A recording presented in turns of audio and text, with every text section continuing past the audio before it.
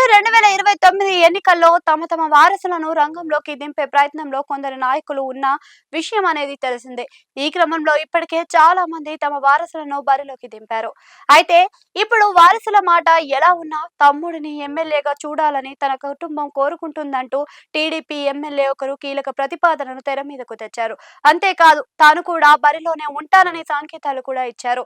గత ఎన్నికలకు ముందు వైసీపీ నుంచి టీడీపీలోకి వచ్చిన Nellore rural MLA Kotamreddy Sridhar Reddy TDP తరపున అదే స్థానం నుంచి పోటీ చేసి విజయం దక్కించుకున్నారు. వైసీపీలోను గతంలో కాంగ్రెస్ లోను ఉన్నప్పుడు కూడా ఇదే స్థానం నుంచి పలుమార్లు ఆయన విజయం దక్కించుకున్నారు. అయితే తాజాగా తన తమ్ముడు కోటంరెడ్డి గిరిధర్ రెడ్డికి కూడా టికెట్ ఇవ్వాలని ఆయన కోరుతున్నారు. ఇదేమి నాలుగు గోడల మధ్య చేసిన ప్రతిపాదన కాదు. నేరుగా మీడియా ముందే కోటంరెడ్డి చెప్పుకొచ్చారు. తన కుటుంబంలోని సభ్యులు గిరిధర్ రెడ్డిని ఎమ్మెల్యేగా చూడాలని అనుకుంటున్నారని చెప్పారు.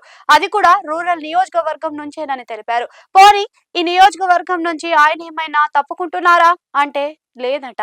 వచ్చే ఎన్నికల్లో తనకు ఎక్కడ టికెట్ ఇచ్చినా గెలిచి తీరుతానని, కానీ తన సోదరుడికి మాత్రం నెల్లూరు రూరల్ టికెట్ కావాలని ఆయన కోరుతుండడం గమనార్హం.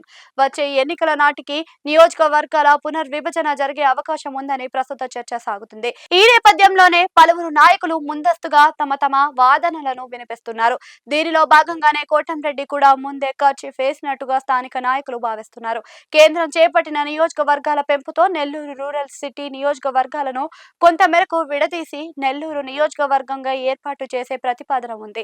దీనిని ముందుగానే పసిగట్టిన ఎమ్మెల్యే తన సోదరుడి కోసం కర్చీఫ్ వేస్తున్నారన్న చర్చ సాగుతుంది. మరి దీనిపై టీడీపీ ఎలాంటి నిర్ణయం తీసుకుంటుందన్నది చూడాల్సి ఉంది.